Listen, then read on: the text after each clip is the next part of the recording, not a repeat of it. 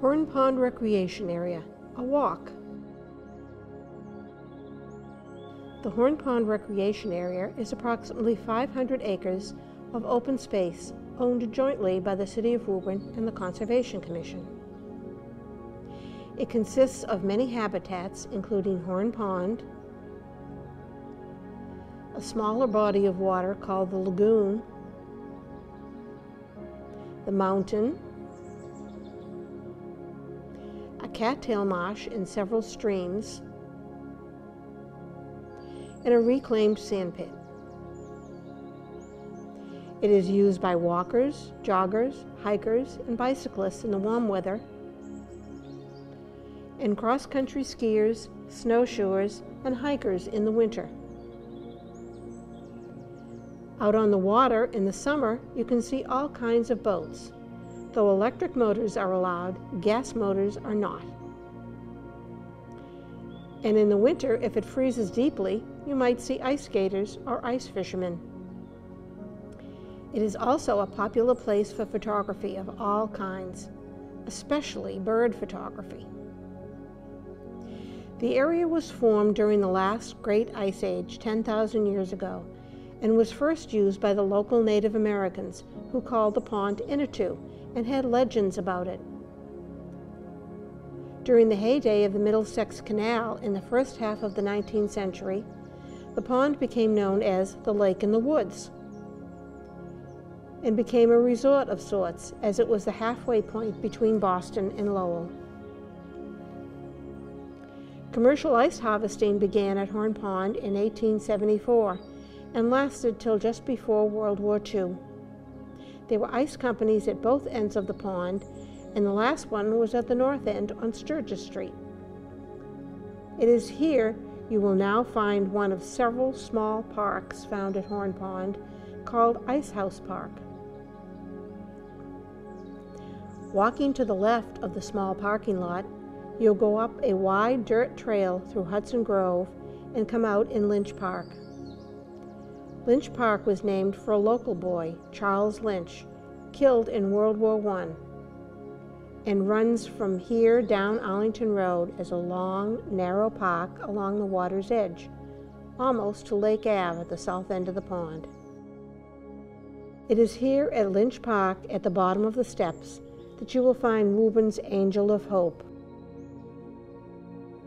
It is dedicated to children who have died too young.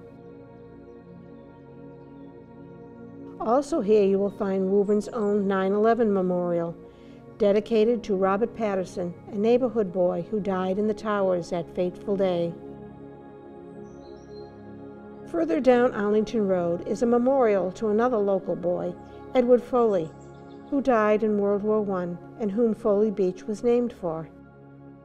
The beach took up most of the south end of the pond until 1966, when it was closed, and a new beach was opened on the inside of the pond. This is where Lions Park is now located. Also at the south end of the pond are the Gold Star Mothers Memorial, the Callahan Memorial, and the Disabled American Veterans Memorial. We also have a memorial to a notable citizen here, as well as another on the inside of the pond. If you walk around the main pond, which is approximately 2 miles, you are walking on the Woburn Parkway, built in 1913. It is used year-round as the parkway is plowed whenever it snows. The walk around the lagoon is a hard-packed dirt trail and is approximately 3/4 of a mile. And even though it is not plowed in the winter, the trail around the water and many of the trails out back are easily traversed after a light snow. The snow is usually packed down from cross-country skiers after a heavier storm. A walk anywhere around the area from April to November can reward you with a kaleidoscope of beautiful wildflowers. Come springtime, up in the woods above the lagoon, you can find small, delicate blooms like these. Or maybe these. In sunny spots around the lagoon or the pond, you might spy some taller flowers. And at the water's edge, you might find either of these iris growing right in the water. Also in the spring, you might spot a log covered in our common sun turtle, a typical spring sight. As spring moves into summer, taller flowers begin to appear in sunny spots all around the pond and the lagoon. In both dry areas along the road or more damp areas closer to the water. Along the shore or out in the water, there are even more flowers in bloom. And on the shady side of the lagoon, you can find many different types of ferns on both sides of the road. Up on the sunny side of the mountain, you can find several small woody shrubs covered in flowers, or many wildflowers, some of which are only found up here. Come autumn, the color palette drops down to 3 major colors: purple, white, and yellow. Autumn is a lovely time of year to walk the pond or the lagoon.